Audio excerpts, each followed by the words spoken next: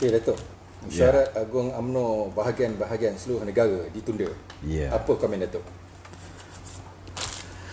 Assalamualaikum warahmatullahi taala wabarakatuh. Ini menyala ke tak menyala ni? Okey, menyala. Hari ni kita, ni berapa bulan? Hari ini 2 Oktober 2020. Jadi hari semalam kita mendengar kenyataan yang dikeluarkan oleh Setiausaha Agung UMNO bahawa Perhimpunan Agung UMNO ditunda kerana COVID. Yang ini saya seronok dengar lah kan. Bila buat pilihan raya tak ingat dunia kan.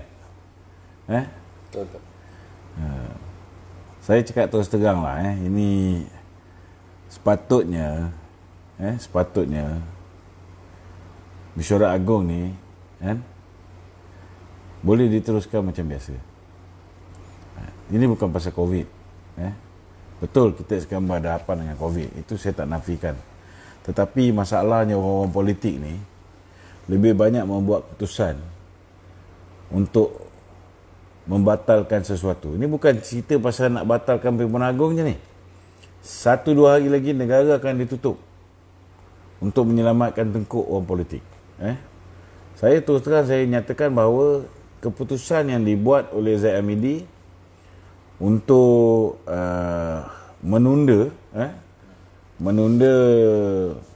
Mesyuarat Agung UMNO lebih kepada nak memastikan tidak ada sebarang usul di peringkat UMNO bahagian untuk mendesak supaya diadakan Perhimpunan Agung Khas bagi membincangkan tentang kedudukan UMNO di dalam Perikatan Nasional, Kerajaan Perikatan Nasional. Ini lebih. Yang kedua, dia bimbang takut Mesyuarat Agung bahagian akan digunakan bagi memastikan desakan-desakan yang mungkin timbul semasa Mesyuarat Agung bahagian ini berlaku untuk mendesak beliau meletakkan jawatan. Jadi saya nampak lebih kepada keputusan politik berbanding dengan keputusan untuk menghentikan ini kerana COVID. Saya cakap terus terang, ini bukan kali pertama. Sama juga dengan dulu bila COVID ni mula melanda negara. Saya menyatakan dengan jelas bahawa sepatutnya diwajibkan penggunaan mask. Kenapa mask? Kerana penyakit ni datangnya punca dia daripada si pembawa itu bercakap, air liur dia keluar, dia bersin ataupun dia batuk. Barulah wabak ataupun virus ini boleh keluar daripada mulut si pembawa. Tapi kalau kita pakai mask, sudah pasti ianya akan dapat dibendung.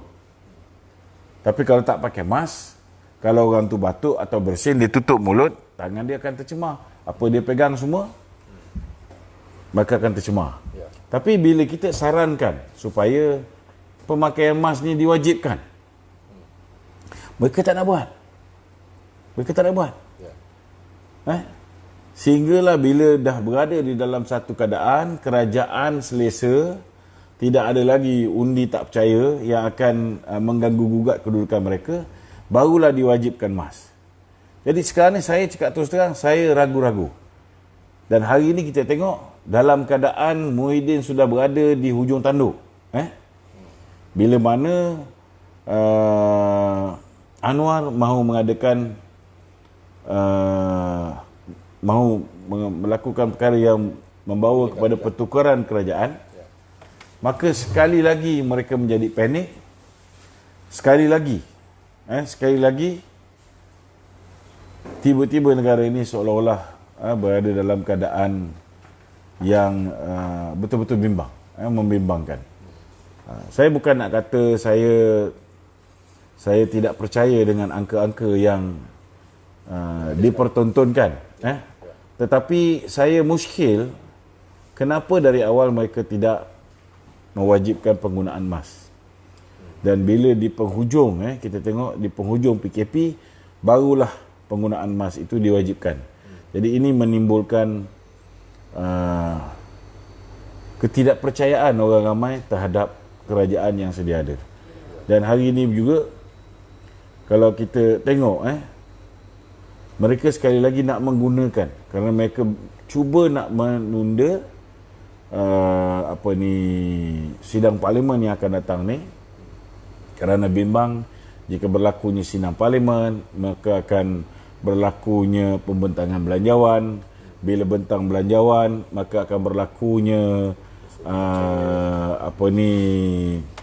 tidak cukup undi untuk meluluskan belanjawan. Maka itu secara tak langsung menunjukkan bahawa sokongan terhadap Muhyiddin akan hilang majoriti di parlimen. Jadi saya mula meragui apa yang cuba mereka lakukan ni. Kalau mereka serius mahu menghentikan coronavirus, maka tidak sewajarnya mereka ni membenarkan pilihan raya kecil atau pilihan raya negeri yang berpunca daripada tindakan Muhyiddin dan Hamzah Zainuddin yang melakukan cubaan untuk merampas kuasa daripada Syafiq Abdal. Kalau itu tidak berlaku, maka tidak akan ada pilihan raya kecil. Jika pilihan raya kecil, pilihan raya negeri di negeri Sabah tidak berlaku, maka wabak ini sudah pasti tidak menular sekali lagi. Jadi saya masih lagi beranggapan bahawa ada udang di sebalik batu apabila mereka berada dalam keadaan terdesak hari ini. Kita tengok hari ini Muhyiddin sudah mula mencari Syafiq Abdal.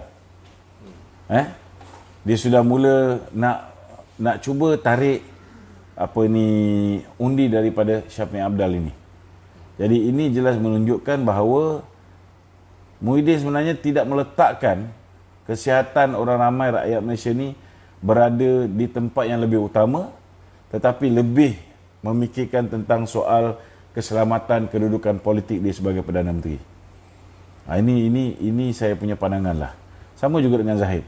Bila dia dah berada dalam keadaan yang hari ini gelombang kebangkitan ahli-ahli UMNO ini untuk menentang beliau, untuk menyingkirkan beliau sudah mula nampak dia punya baranya, cepat-cepat dia padamkan kemarahan dan kebangkitan ahli-ahli UMNO ini dengan menunda. Sedangkan ianya masih boleh diteruskan dengan pelbagai cara yang mematuhi SOP. Tak ada masalah. Selama hari ini kita boleh buat banyak program dengan mematuhi SOP, tidak ada masalah. Kenapa hari ini kita demi nak menyelamatkan politik kita nak seksa rakyat, duduk di rumah, tak ada pendapatan, tak boleh cari makan. Bila tak boleh cari makan untuk rakyat ni, saya nak beritahu, bila rakyat tak boleh keluar cari makan, tak boleh bagi makan anak, last kali mati juga. Bukan kena coronavirus dia mati ni. Tak boleh bagi kita duduk, kita turun. Bila kita bagi bantuan kan, kita tengok macam mana keadaan orang yang memerlukan bantuan. Dan banyak lagi beratus, beribu orang yang kita tak boleh nak sampaikan bantuan, yang tak dapat bantuan. Jadi nak ulang benda yang sama, sedangkan patut difokuskan kepada benda yang betul-betul boleh mencegah penggunaan mask dan sebagainya. Yang ini sepatutnya diperkuat kuasakan. Bukan dengan menghentikan sidang parlimen, menghentikan sebarang bentuk perjumpaan politik bagi memastikan Perdana Menteri punya kedudukan itu terus kekal di tangan Muhyiddin. Bukan macam tu cara dia. Okey, Tok. Berkenaan dengan tadi pilihan raya negeri yang Sabah yang baru berlalu. So, kita lihat pengundi, terutamanya pengundi Cina lah, masih menolak BN. Apa komen Datuk signifikan dengan apa yang berlaku sekarang ni selepas pilihan raya Sabah? Okey, kalau kita tengok pengundi Cina ni memang saya tengok merosot balik. Kalau kita tengok lepas pilihan raya kecil di Tanjung Piai. Tanjung Piai ni kita tengok pengundi India, pengundi Cina banyak yang sudah balik semula ke Barisan Nasional. Begitu juga dengan Kimanis. Kalau kita tak ada sokongan daripada China dan India, kita tak boleh dapat menangi Kimanis itu sendiri. Tetapi bila wujud kerajaan Bumiputera, ini yang dia orang panggil kerajaan Bumiputera, kan? So dilihat seolah-olah macam kerajaan baru yang diwujudkan ini lebih mementingkan golongan Bumiputera dan mengenepikan yang bukan Bumiputera. So ini secara tak langsung menyebabkan, kalau kita tengok orang-orang India, orang Cina yang dulu sudah pun kembali menyokong Barisan Nasional, apabila kita dilihat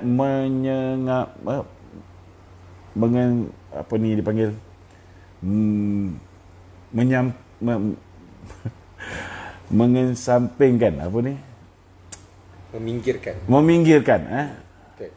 bila kita dilihat seolah-olah mahu meminggirkan bangsa-bangsa lain ni dengan mewujudkan pakatan politik yang lebih menjurus kepada pakatan politik Bumiputera, maka ini menyebabkan banyak yang lari semula.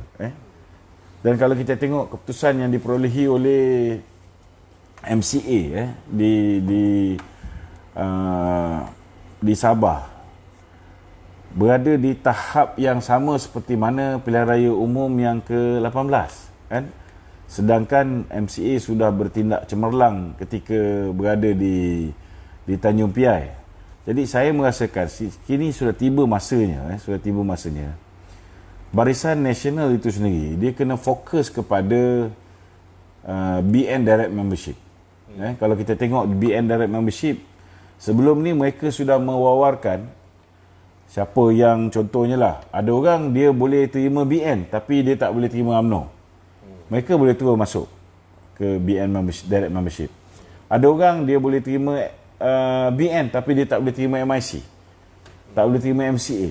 So kalau kita buka BN Direct Membership ni, dan BN pun dah mewawarkan BN Direct Membership ni, dan kita perkukuhkan lagi dengan kelab sahabat Barisan Nasional, saya yakin kita boleh dapat sokongan daripada kaum India dan Cina balik. Tetapi kita kena nampak bahawa BN ini benar-benar multiracial, dan jangan hanya kita fokus kepada memperjuangkan nasib hanya sesuatu kaum saja. Maknanya kita juga kena dalam masa sama kita jaga tentang hak istimewa Melayu, kita jaga tentang kedudukan agama Islam, tentang kedudukan bahasa Melayu, tentang raja-raja Melayu. Tetapi dalam masa yang sama kita juga jaga kepentingan kaum-kaum lain, khususnya melalui penggalakan mereka-mereka yang tidak berparti ini untuk menyertai BN Direct Membership, kan? Saya yakin ada setengah-setengah orang dia tak nak masuk parti-parti dalam komponen, tapi dia nak bersama dengan BN. Adakah mereka ni tak boleh dijual ataupun tak boleh kita letak sebagai calon? Kalau kita tengok di Sabah contohnya, Datuk Seri Saleh Sheikh Keruak, dia tidak diterima dalam UMNO lagi, kan? Tetapi dia diterima sebagai calon BN. Maknanya walaupun dia tu bukan ahli UMNO, tetapi dia calon BN yang diketengahkan oleh BN, tetapi dia boleh menang. Dan menang dalam keadaan selesa. Diterima oleh akar umbi. Okey. Okey Tok, soalan terakhir Tok. Ini soalan panas sikit. Ya. Semacam akan ada gelombang baru. Ni Kemula Anwar Ibrahim ni nak buat kerajaan baru Tok. Betul ke Anwar ada cukup nombor ni Tok? Dia kalau nak tahu Anwar cukup nombor tak cukup nombor, kita jangan tengok ke Anwar Ibrahim tu, kan? Anwar punya nombor ada 105. Nombor 1 kita tengok, dia kata dia ada 123. Kalau daripada 105 boleh jadi 123, berapa penambahan tu? Lebih kurang dalam 18, betul tak?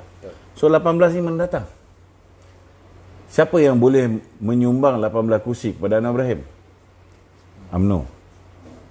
Jadi kita kena cek, UMNO ni betul ke 18 orang ada tendensi untuk bersama dengan Anwar. Kan? Ya. Ini pertama, indikasi dia. Kita tengok UMNO. Dan kita tengok Presiden UMNO sendiri telah mengesahkan bahawa ramai wakil rakyat BN bersedia untuk memberikan sokongan kepada Anwar. Cuma saya husnuzon, saya yakin bahawa ini lebih kepada bukan nak angkat Anwar sebagai Perdana Menteri, tetapi lebih kepada mahu supaya kerajaan dibubarkan dan membawa kepada pilihan raya umum yang baru, pilihan raya umum ke-15 selepas Covid ni lah, selepas Covid. Maknanya kalaupun gerakan tu dilakukan sekarang, tidak bermakna pilihan raya perlu dilakukan sekarang. Ya, betul. Bila katalah Anwar kata dia ada 1, 2, 3, maka tuanku pun panggil Anwar. Bila diminta untuk Anwar buktikan, Anwar akan tunjukkan SD. Bila dilihat SD ni, tuanku ada hak untuk panggil semua 123 yang kononnya sudah menyokong Anwar. Ketika itulah wakil-wakil rakyat daripada wakil-wakil rakyat daripada bro. Wakil-wakil rakyat daripada